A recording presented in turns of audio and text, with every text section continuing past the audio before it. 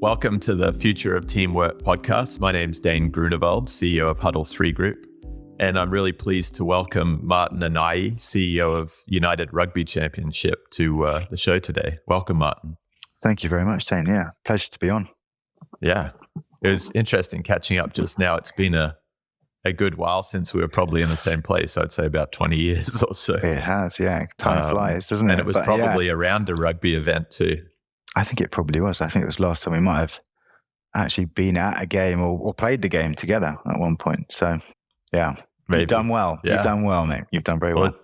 Oh, thank you. And it's great seeing, as we come here today to talk about the future of teamwork, just how your career's evolved. And, you're now building teams around team sports. So you're right in the thick of it. Maybe for the benefit of our listeners, you can provide a bit of a background on your personal story and your business story, sort of what's brought you to where you are today. Yeah, thanks. It's you mentioned that word team, and I guess that's always been a thing for me through school. Team sports was always a thing. It wasn't individual sports. It was always that. I just loved that team environment. Felt like I thrived in that environment.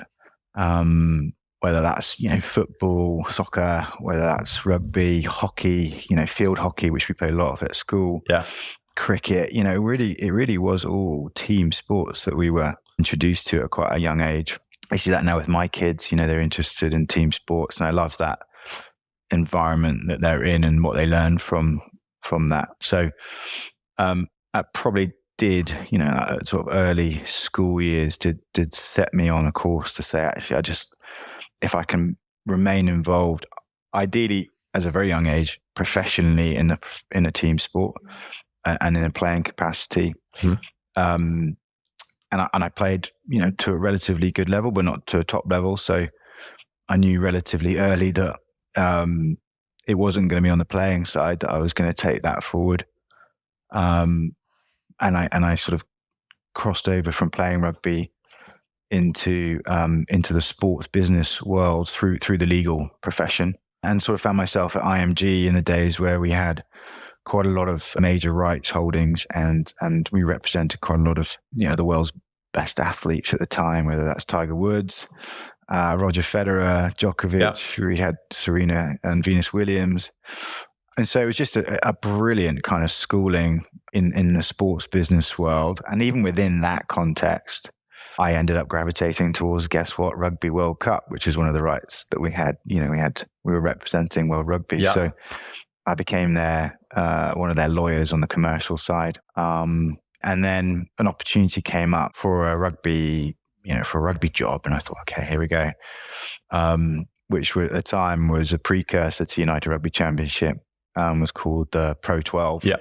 And it had all the teams from, Wales, the Welsh team, the best teams from Wales, Scotland, Ireland, Italy.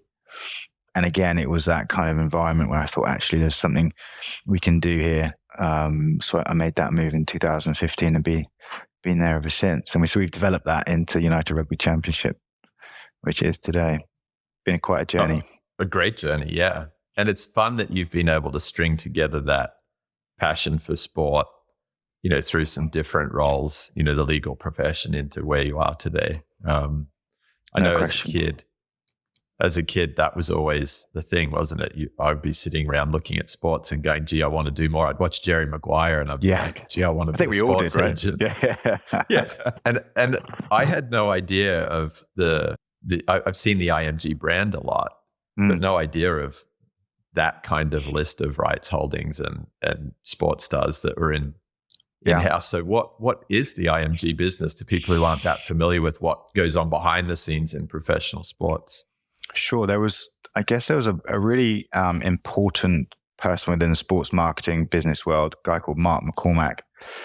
I'm probably going to get these years wrong, but 60s, 70s. And he was a lawyer from Cleveland. And he became friends with Arnold Palmer, who was sort of the preeminent golfer of the day,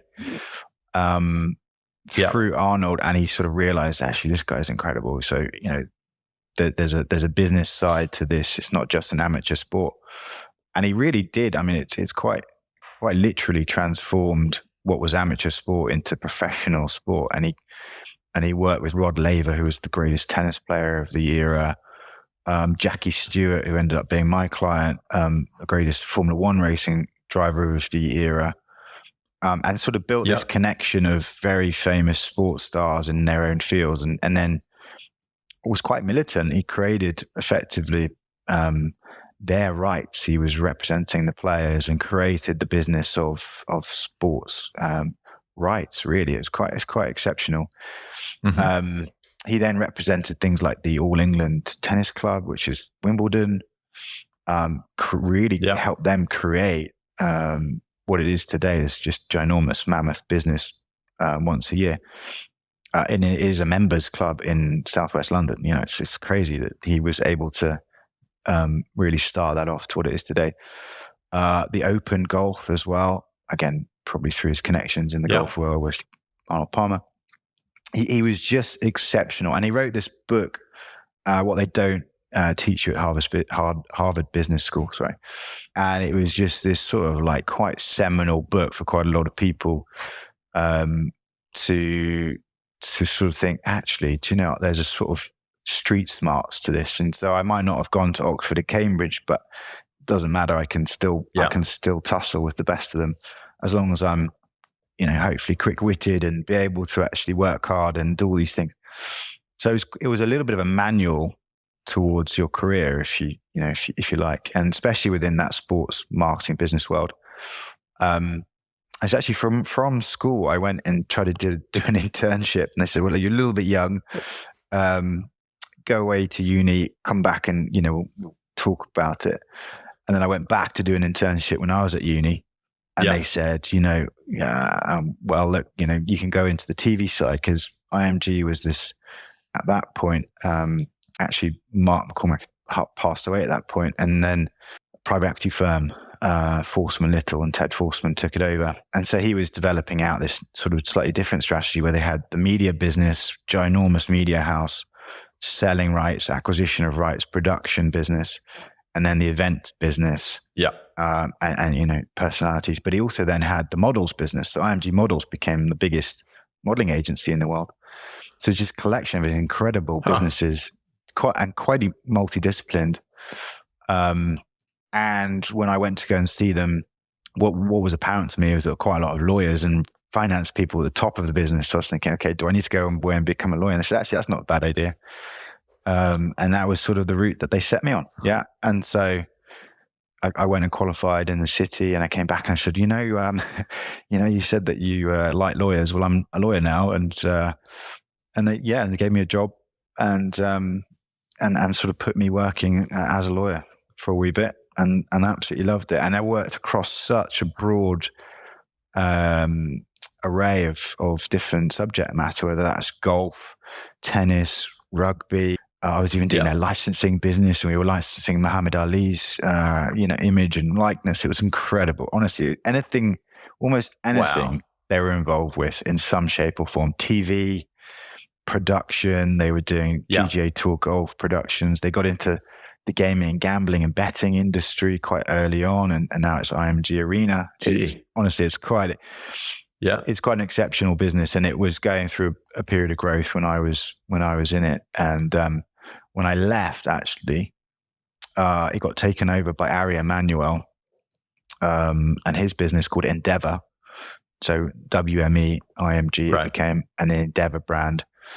And they are the ones who bought the UFC, for example. So they've, it's become even bigger. Absolutely a mammoth in the industry, and a great place to cut my teeth. Is that even a phrase? Great place. Yeah, it's great fun. Yeah, I think it is. And so you're getting this like mental challenge, working across all these different teams, and it's just got to be a buzz. Being involved with those sports players, those sports. 100%. Because I was a lawyer originally. I ended up sort of moving across to the business side. But, the structures that we're trying to put in place here where I now work, and that's an interesting development because CVC, a private equity fund, has invested in 3 separate rugby businesses to try and reduce the fragmentation in the rugby market. And rugby, for those who don't know, is a sport that's played, sort of globally but really it's quite a big sport. UK, Ireland, France, South Africa, New Zealand, Australia, sort of quite a few places, but it's not that big in the US or anything like that. And so it's a really interesting one for a private equity fund to be involved with, because what it needs is this consolidation of different businesses. Effectively, we're all doing a similar thing. And that the start of that process is here in London, where we're sharing an office. So a lot of what I learned at IMG, I'm starting to try and see, actually, can you implement a lot of that centralized business teams servicing different functions? And in IMG, that was different divisions, but with centralized services. Yes. So still sort of trying to implement what I learned back at IMG and what I do now. Yeah. No, that's really cool. And it's there are a couple of interesting points just to pick up on there, Martin. So one, the fact that you did an internship in college that kind of pointed you towards the legal profession as a way of getting back in the door. That's pretty cool. Like internships, I think, particularly in this day and age, they're far more available because we can do these hybrid, remote, virtual internships. And I think we still run into this problem where young people are coming out of education and not really knowing where they want to go and what they're inspired to do. So it's a good example of how it can create a very successful career path for individuals. Yeah, I think so. I think I would sort of really, really encourage people, and we try and do that as much as possible, to have internships that really do mean something, where you're actually getting a broad approach to what that business is. You're not just going and making the tea or the coffee, right? You're actually going in and getting experience of what the business is and how it operates. And so we're quite careful about when we do internships and how we do them, because we're still small. And so IMG had a whole internship program, right? But I think they are incredibly important and becoming more and more important, that because you're going to commit your life to a certain area, you've got to be sure that it's the right area, and not getting into something that you kind of later think, do you know what?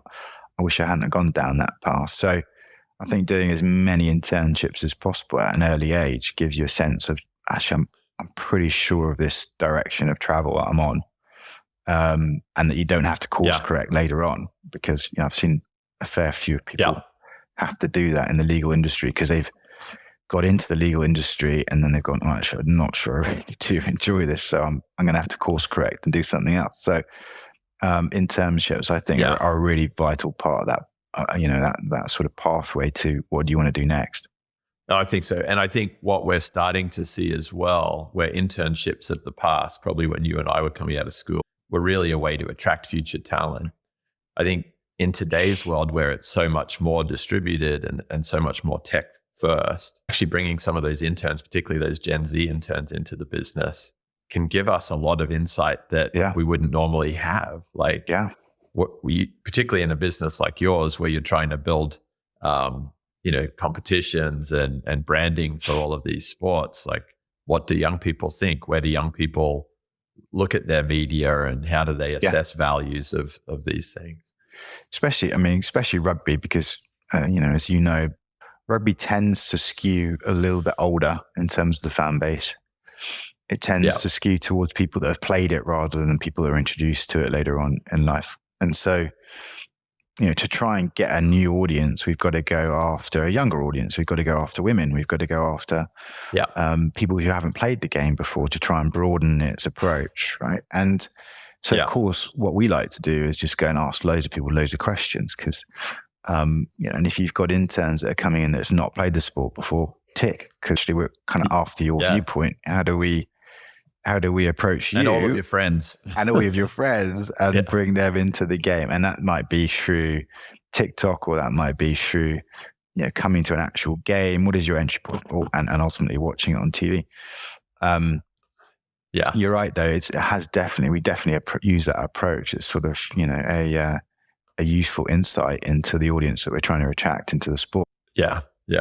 So that was one theme I picked up on, which I love, and which I think is a big part of the future of teamwork, this internships. The second theme I picked up on, not knowing the IMG background, but I'm seeing it now, is what you explained of, picking up those early sports stars, the Arnold Palmers, the Rod Lavers, the Jackie Stewarts, and building an environment where they had rights and they had good commercial access as sports professionalized through the 80s, the 90s, the 2000s. Yeah. So that they would get, good income, good sponsorships, the events would attract the right piece.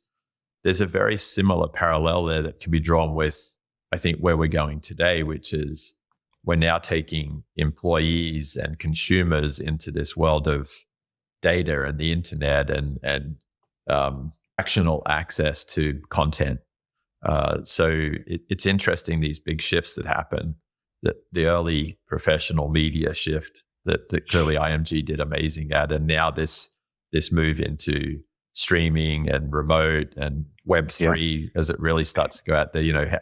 How is rugby going to exist in the metaverse? They're very interesting structural shifts. Totally, because actually, if you can accelerate past other sports through investment, through CVC, through bringing great people in, because actually what we've hopefully done is made tremendous strides forward. And what have we done? We've invested in people. We've invested in the best people that our money can buy. To boil it down. And what they're doing and what our team are doing is saying, okay, well, this is where we are right now. This is where cricket is. This is where other sports are. Football tends to be this thing up here, especially the Premier League football. Yeah. You almost just let that go. Just let that go. You take a few things from it, but it's almost a different sport. It is literally a different game. Yeah. So how do we compare and contrast against things that we're really competitive against? And can you bring the best people that you can bring in from outside of the game, or indeed from the sports world, to help us accelerate past where we are today and past the other competitors? And to get there quicker is through people, it's through better people. Yeah. But of course, better people then come with the ideas about how technology can do that, and how we can segment an audience, and how we can actually go and use first-party data to inform what is to us the largest single revenue stream, which is media revenue, broadcast revenue. But of course, the best way of doing that is through first-party data. And so everything that's invested through these great people that we've got and brought on board is about how do we generate more revenue for the business, which goes back to the clubs. And that comes through understanding data better, understanding how do we utilize our technology, our infrastructure better, and approach a larger audience, know more about that audience, and ultimately bring that audience in, engage them. And that creates more value for us going into the next media cycle. And it all starts with people. It all starts with bringing the best people that you can bring in. So, that's definitely something that I learned at IMG again, is they went out after the very best people they could. I'd say that wouldn't I, because I was one of them, but it was you could certainly feel that in the room, right? It was a tension. They created a tension. You want to work here, don't you? And we ended up getting these really, really bright people that would have normally gone off to work in a bank or, gone into the legal profession or whatever it might be. And they all wanted to work for IMG, and they all wanted to live that life, and then over deliver back for IMG. And that was a great lesson again. That's, if we can bring some of that mentality into what we're doing today, then I think we're going to win.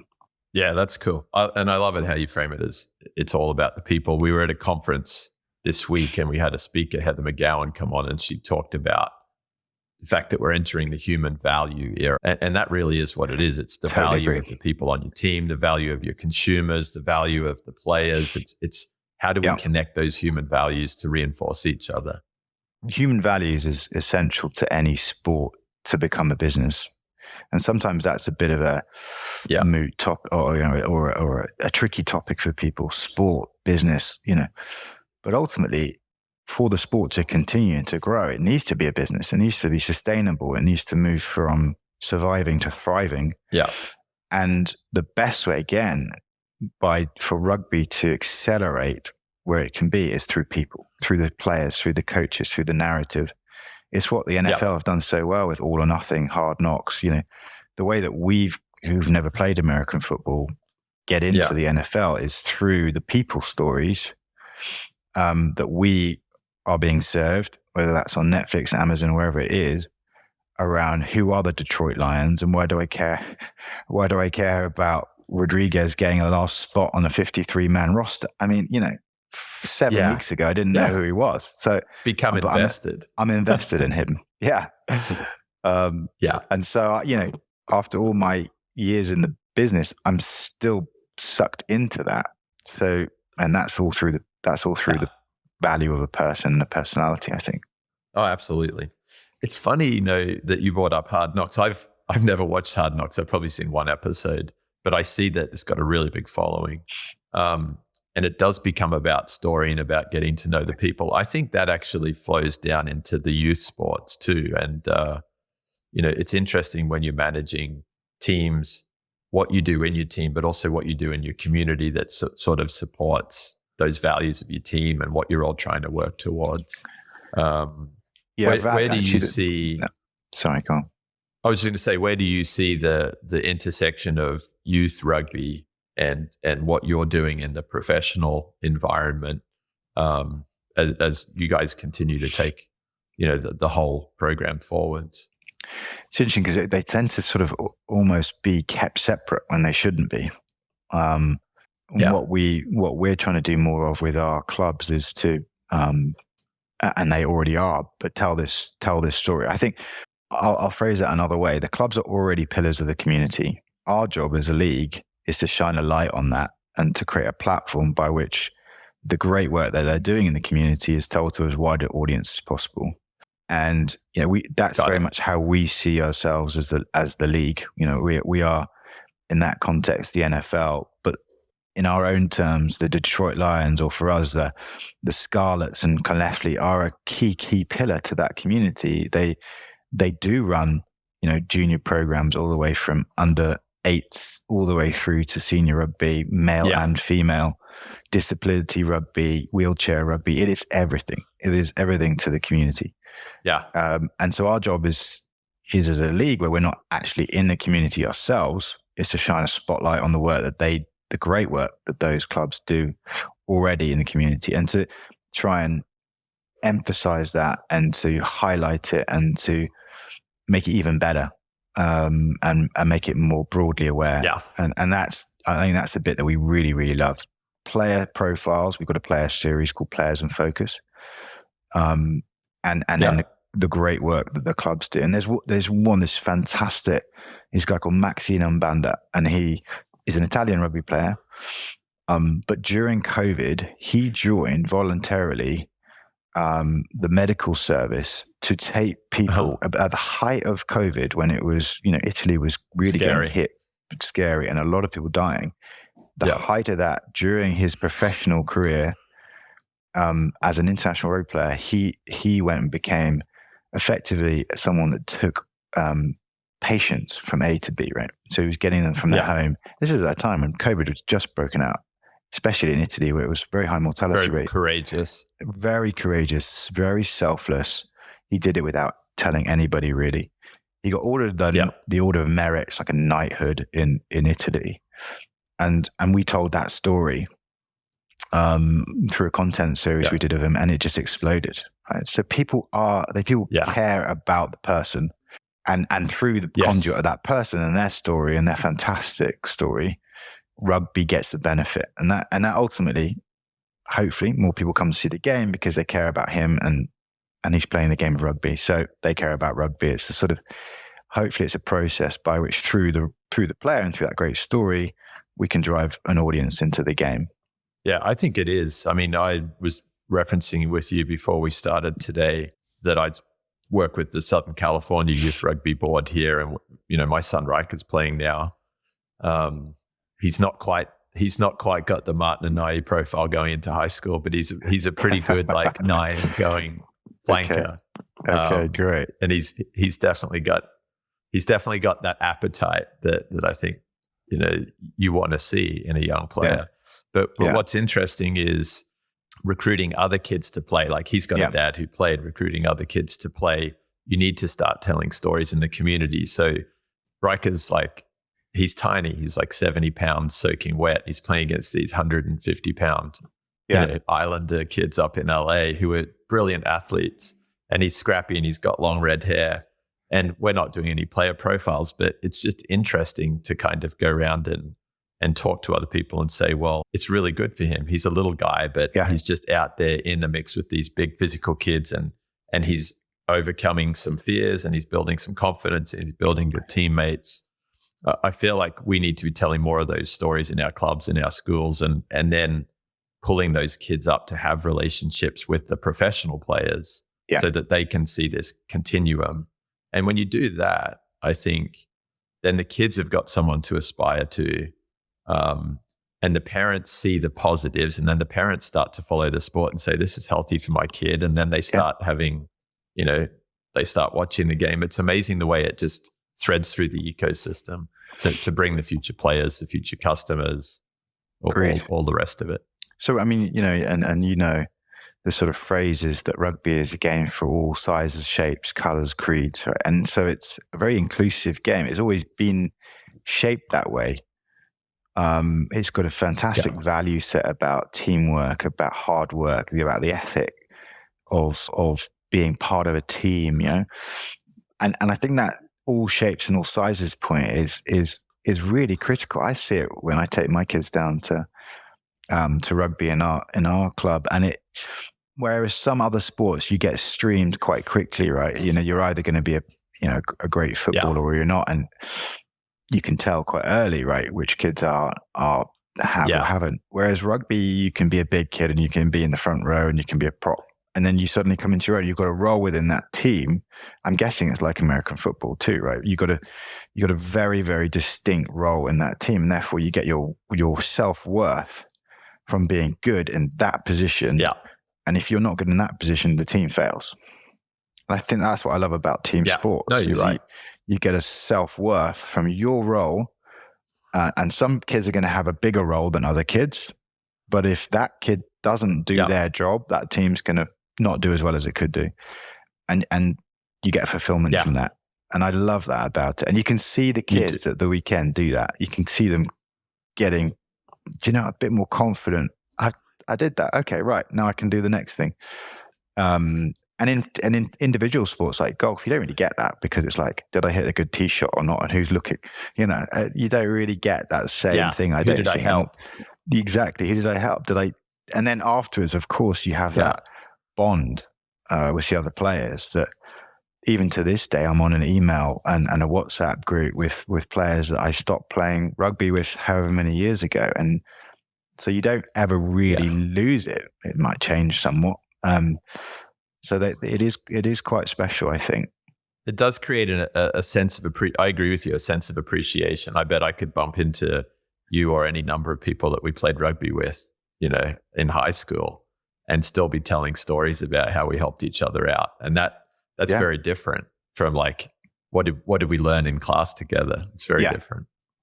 I think most of us would sort of struggle on that latter question, wouldn't they? But on the former, there are a few good teachers. You do remember it. And again, some of the best teachers were those that kind of engendered that team spirit, I think. The best teachers that I can remember, Captain McConnell Wood, if you remember him, was a sort of small, stocky captain in the army.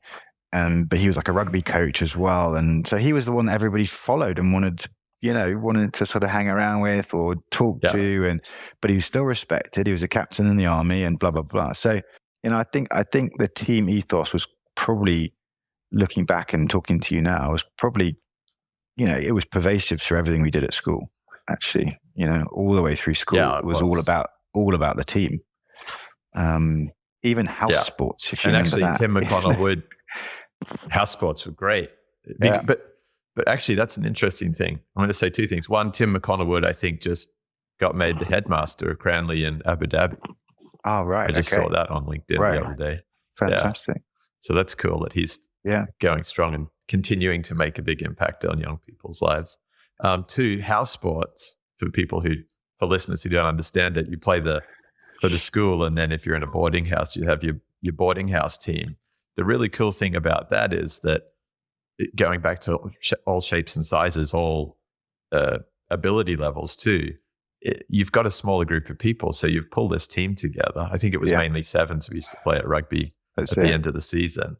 And you're out playing with like first team players and fifth team players. and it was just a blast. Yeah, it was great fun, wasn't it? Just everyone scrapping to make it happen. Yeah. Some of the most on that favorite kind of moments. Oh, for sure. Yeah, I had so much fun on those events because it was not high stakes, but there was still pride at stake, and it was more about having fun and taking down. Hey, I get a chance to take down Martin, or I get a chance to take down Joe, or whoever it was. Yeah, it was pretty cool. Yeah, you had a target on your back if you were a generally higher ranking player. On that theme of good team experiences, where did you sort of really see great teamwork in your professional career, or where do you continue to see great teamwork in your professional career, and how do you define like when it's working best? That's a good question. I saw we have one of our teams in our competition called Leinster, and Leinster are effectively the province in Ireland around Dublin, so the capital. And Leinster, I would probably say, is right up there with 2 or 3 teams that would be classed best teams in European rugby. And they've won, I think, the Champions Cup, which is the very pinnacle tournament, 4 times, right? So these guys are. And when I look at the kind of how they've created a coherent team, they do it really early through schools of Leinster, and it's provincial, right? So there's 12 counties, I think, of Leinster. And Dublin is one of those 12 counties, the biggest. But, and so they've got this network of coaches that go out and they spread the gospel, so to speak, of how a Leinster player should play. And so by the time that person, that individual, gets to Leinster's academy, which is under 20s, but then through to the first team, they are schooled in the way of that team. They understand the ethos, they understand the culture, they understand systems. And so you have this incredible high performance pathway, we call it, where I imagine it's one of the fastest in the world, where you can be an academy player, and then 12 months later you're playing for your country, Ireland, which are top rugby countries in the world, and recently beat the All Blacks, which is arguably the best, one of the best teams of all time in New Zealand. And they do that from a very small group of players, and mainly because they understand their role in that team, which translates to the national team. And I think that ability to sort of know your role within a team, even if you're 16 going to 20, but actually that role is a progression of the same culture. I've never seen anything like that before. I've not seen too many high performance pathways like that, where you've got a group of individuals but are almost working through their age groups as a cohort. And by the time they get to the top level, the absolutely peak performance inside the team and individually, I've never seen that before. I mean, it's quite exceptional. So I think that's one area I'm sort of almost in awe of occasionally, of saying, how did you just step in and become an international within 12 months? And but they've that's not just one player that they have. They've done that 6 or 7 times in recent years. So I think that's a really incredible example of teamwork. And you said culture and system. So it's not just my role is I take the hit up, or my role is I'm going to be really pushing up to be aggressively tackling. It's how they communicate together, how they talk about each other, about problems on the field. So it sounds like it's endemic from a behaviors and a role perspective. It is, and they've got incredible coaches at the top end. Stuart Lancaster, who was head coach of England, he was my coach at university, so I know Stuart. They've got some of the best coaches from around the world. They had Philippe Contepomi from Argentina there. But they had this incredible, and actually that's the other aspect of teamwork, which is the coaching team and the staff, and the way that the coaching team interacts with, if you like, the commercial team, which is the marketing, the PR, the comms. I think in the US sports sort of parlance, it's front office, back office, and so on. So we don't quite use the same terminology, but you have a sense of these different groups and these different units within the business of rugby working in harmony with one another. And the moment they don't work in harmony, and the moment that if you like, the team side, the head coach to the director of rugby, which is sort of the highest role within the rugby high performance ecosystem, doesn't work in harmony with the commercial side. You always have problems. And so again, that's the other element to teamwork within a sports business. It's always a slight tension, hopefully not a negative tension, between what's required commercially and what's required from a high performance point of view. Yeah, I like that. And tension's the right point, because if there's not tension, then it means that someone's getting their way all the time and they're not considering the wider viewpoints or drivers for commercial or operations, facilities, whatever it is that's important leading into a big event or into a big season. That's right. They've got to, I like the that harmony, the word tension. The harmony to tension dynamic is really interesting, right? Because sometimes good tension, there's a good tension. It sounds an odd phrase, but there's a good tension. And, the best teams have a good tension, I think. Definitely. It's funny that's come up again, because yesterday I'm at this conference. There's a guy called Tim Sanders talking about, how teams operate. And he's talking about the Beatles. And he said Ringo Starr was what made the Beatles, because when Ringo came in, the former drummer, Pete, I can't remember his name, but the former drummer was too much like Paul McCartney. So they were kind of getting their way too much. And Ringo comes in and he's a bit more of an everyday man, right?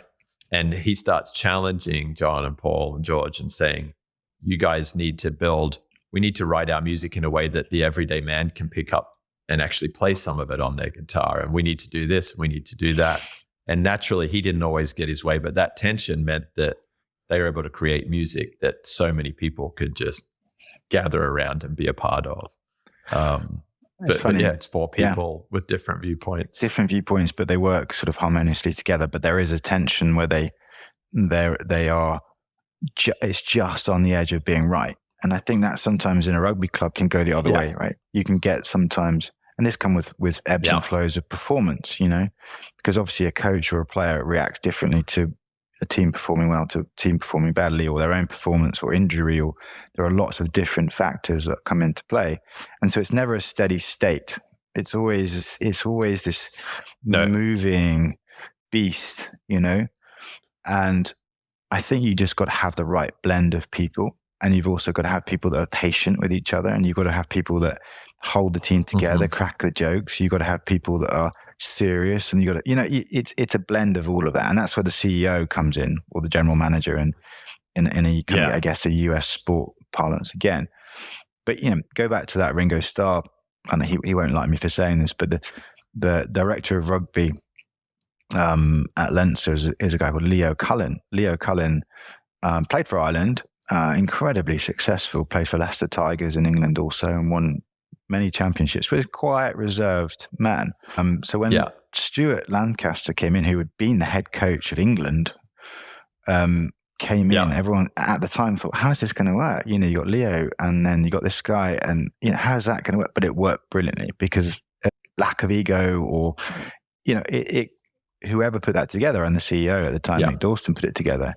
He was confident that actually they would work. And of course, 2 championships later, and European championships and honours. So to the outside world and to the uneducated of that system that they had created, and that ecosystem and the culture and everything else that goes with it, you thought that's never going to work. But to them and to the people that really knew the CEO, he thought this is going to work. I can tell that they will work well together. So that was a good lesson for me. You can't judge a book by its cover, can you? And you definitely can't judge a team by its outside appearance. You've got to know what it's like on the inside. And you've got to look at how people work together over time. I think that's this theme that we're circling is, gone are the days when you say, I need a person to fill this role that has this, this, and this, because it's not the task they're bringing in. It's those behaviors. It's how are they going to mesh with the team. And that's exciting, because I think it gives us opportunities, particularly in today's era where it's easier to learn. There's so much more digital content. You don't have to go to school to get a decent level of understanding on something. It's easier to hire for behaviors and to bring in people that have different views and are going to drive the sport or the team or the club in a very different, or the business in a very different direction. I totally agree. I think more and more now, I don't even look where someone's gone to school. I don't look where anyone's gone to university. I look at where they've just come from to just get a sense of it. And then you go and meet them and you say, how would this person fit into the environment that we're trying to create? Are they going to be, and not too scientifically, are they going to be a positive force or middle of the road force or a negative force? And obviously if it's negative force, go on, straight on to the next one. If it's middle of the road, you're like, well, you need a bit of middle of the road. You need some neutral people within an organization. Yeah. And obviously you're looking for those that can make positive, have a positive involvement in your business. Yeah. So, I think that to me, when we're recruiting, is far more important than what have you done, what have you got on your CV, and obviously you've got to speak intelligently at interview about the subject matter or the role that you're going for. But more importantly, is are you going to be a positive to the business? From a culture point of view, are you going to be a positive force, or are you going to be the person who looks at the negative and everything? Because in any environment, again, in our environment or any business environment, if you've got people who look naturally at the negative, I'm not sure I can work with you. I need people to either be neutral and very calm and sensible and or positive. And I tend to work better with people that are positive. And there's always ways to frame challenges in a positive way, rather than this doesn't work. It's more like, well, if we could overcome this challenge, we could achieve X, Y, and Z. And it's just that little nuance of how you frame the problem that allows the team to come around and say, this is how we're going to work through it. We actually came up with a series of values, and one of those was lead from your position. Because we said, look, if you're going to come in, and why lead from your position is important is it means that you're inquisitive. It means you're willing to challenge in a positive way. Lead means forward, normally. Yeah. From your position. So don't rest on your position. You're leading from your position. You've got to go forward and you've got to add to the business. And so it was a really important one for us. I mean, we have others. We want people to be brave. We want people to aim to amaze. And we overall are trying to change the game. It's quite a broad and grand vision, right? We're trying to change the game. But ultimately it's about being united as one team. And so if you can do all of those things and you can just display that, then we've got the right people in the building. I agree. And now that we've got so much fragmentation in skills, we were talking about data earlier, you look at media, you look at communications, you look at the actual sport and advertising and all of these like micro niches. Yeah. You kind of need everyone to lead from their position, because it's gone is the day when the boss in the room has the best knowledge of everything. You need each individual to share their expertise as to what that contributes to the team's goal or objective. Because if you think, I guess I started with 3 people in my team, and the owners of the business said, "Look, you go and invest in the business, and we're gonna give you some time to go and grow a team." And so I come with my own thoughts and I come with my own positions on things. But then after a while, the more and more good and great people that you bring into the business, like, it would be stupid of me to not listen to them. I mean, I brought them in. So I got to bring in the best people I can bring in and then give them the freedom and the room to operate, knowing where some key kind of framework is to that as well. What are we trying to achieve? What's the grand vision? What sort of general direction are we trying to get and head towards? Perhaps even what is the goal ultimately? Now you guys are going to tell me how the best way to get to the goal. And that's I think that's a good way to frame it. That's the key, because you, as a leader, you need to still lead, right? You can't just push people off and say good luck to you. Yeah.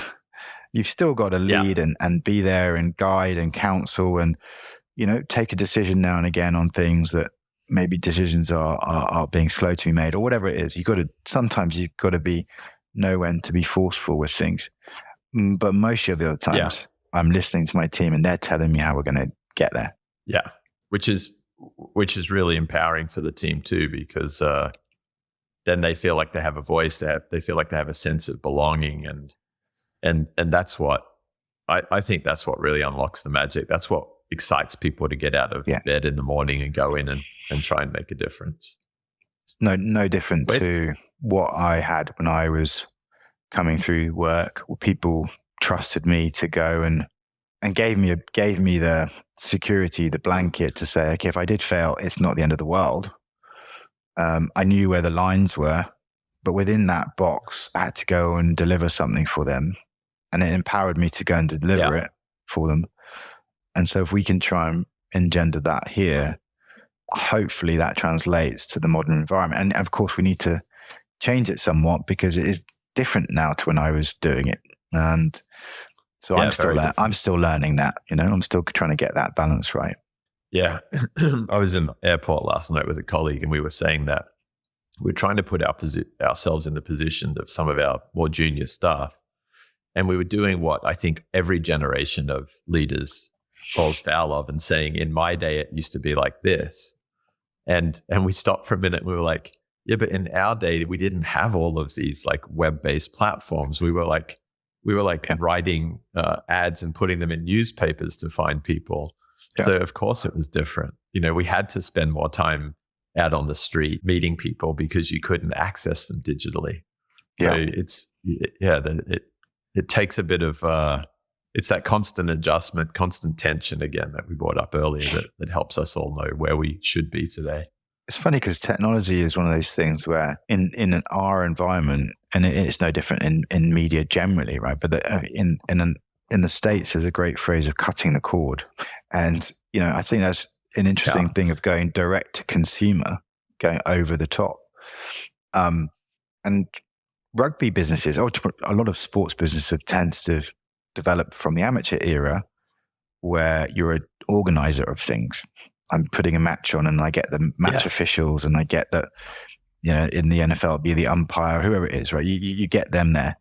Then the next phase of development of professional sports, I'll get the broadcasters there. I'll go and do the broadcast deal, and then I'll bring sponsors in, and I'll go and sell tickets, and that's sort of evolution of sports. But you were never direct to consumer other than ticketing, right? You were never direct to consumer.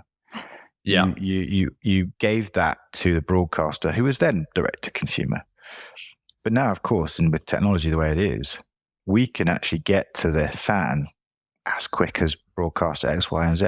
And so it's about trying to shape our business going forward. And we're no different to many rights holders around the world, where you have the ability, not necessarily exclusively, but the ability to, through technology, to talk immediately to your fan and to the club's fans. Whereas before you didn't have that. You had to go through terrestrial TV or linear TV. You don't need to do that anymore. The fact that we choose to is a choice. Yeah. It's our choice to do that, but we could go direct to consumer. And so you have to have a different approach to the people we have in our team, that we are now a consumer-facing business rather than a business-to-business business. And that's almost a wholesale change to philosophy of professional sport here in Europe. It's been like that in the US for many years, but not here. And I think a lot of other industries are seeing that same progression. I don't think that's unique. I think it's probably a bigger shift in sports. But even for some of our businesses, like our recruiting business, it used to be B2B, but now it's more about what is the relationship with an individual hiring manager with candidates? What are we doing to inform them of things that are changing in the market? It's far less about the transaction now. Yeah. Just like in rugby, it's probably far less about just the game. It's about everything from player development to, community impact, like you said, shining that light on what people are doing in the communities, to, I guess, the more specific. People want to see media in smaller bite sizes now because we're so overloaded. So you're probably also starting to see that, hey, these people really like watching highlights of tries, where these people like seeing key plays, and it's just so fragmented, so different now for each consumer. And also because technology also helps you segment the audience, so you know who you're talking on what platform, so you can create content that is engaging to that particular segment or that demographic. you can mostly do that through AI now, quite honestly, because, if that example of tries, which is the equivalent of touchdown in American football, all you need to do now is you have a piece of software that does it for you. It clips up all the tries in the game and puts immediately out. And, something that used to take 3 or 4 people to get all the right footage in and play around with some editing equipment is done by AI. And so it's just automated. It's just automated. And we then give that to our clubs to do as well, because obviously they're as good, if not better, conduit to their fan base than we are. Right. So it's constantly evolving, and we're trying as best we can with the resources that we've got to keep being innovative and to create content on platforms that is appropriate to that platform, and to which audience we know is there, and try and put content where the audience we want to come into the game is already watching it. And that's a different thing. Before it'd be just blanket, put it on YouTube, that's it, done. We can't do that anymore. You don't have that luxury. People will go and watch something else. Yeah, they will. It's like my son likes to see, I don't know if you ever saw it with the rugby league in Australia. They used to do the Falcon videos where someone would take a pass right in the head. Yeah. They're running a decoy line and they get one in the head.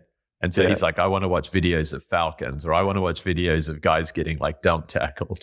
But he knows exactly what he wants to watch. Very I'll specific. ask him to sit down and watch a whole game with me, and he's like, no, Dad, not interested.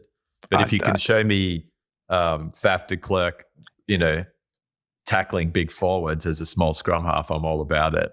Yeah, and exactly, because he's automatically, through his own experience of the game, thinking, okay, I want to see what I could then replicate on the pitch or whatever. It's very. I think the fan base now is quite discerning, a lot more discerning than perhaps we were growing up. We'd watch whatever we were given to watch, whereas obviously through technology you go and search out what you want to watch. Yeah, it is cool. Well, it's been a great conversation, Martin. Good connecting, and I really enjoyed learning a little bit more about what IMG was, how you got into it through the internship, what you're now doing with United Rugby Championship and this wider strategy around rugby. I think it's such a great sport. It's such an important sport, I think, for a lot of communities and a lot of countries. And it's great that it's, we've got the Olympic format of sevens now too. So awesome to see all of your... You're gonna have a Rugby World Cup in America, 2031. You're gonna have a Women's World Cup before that, Men's World Cup in 2031. So keep up the good work in Southern the LA California. Olympics in 28. Incredible. Yeah, with the sevens rugby. All coming. So keep up the good work. Yeah. No, it's super fun. No, thanks, Martin. And my big takeaway, I loved your lead from your position value. I think that's a really good framework for the future of teams. And it's a good way to bring every team member into a position of leadership, which I think it's where we're at today. It's important. Brilliant. Good to see you, Dan. So thanks for sharing. Yeah, you too. All right. Take care. Thanks, Martin.